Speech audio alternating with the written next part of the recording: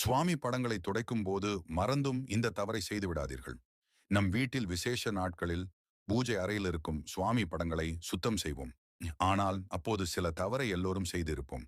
அதை தெரியாமல் செய்து கொண்டிருந்தீர்கள் என்றால் வீட்டில் இருக்கும் கடவுள் உங்கள் மீது கோபம் கொள்வார்கள்.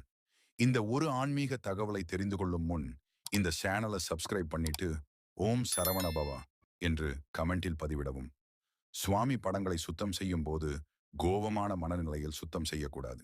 மேலும் யாரிடமும் பேசிக்கொண்டு அல்லது சிரித்துக்கொண்டு சுத்தம் செய்யக்கூடாது. மனதை ஒருமைப்படுத்தி பக்தியுடன் சுத்தம் செய்ய வேண்டும். பழைய அழுக்கான துணியால் சுத்தம் செய்யக்கூடாது. அது அவமதிப்பது போல் ஆகும். தனியான சுத்தமான துணியால் சுத்தம் செய்ய வேண்டும். சுத்தம் செய்யும் போது சுவாமி படங்களை தரையில் வைப்பது தவறு.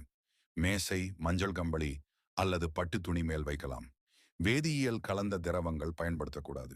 அதற்கு பதிலாக சுத்தமான தண்ணீர்,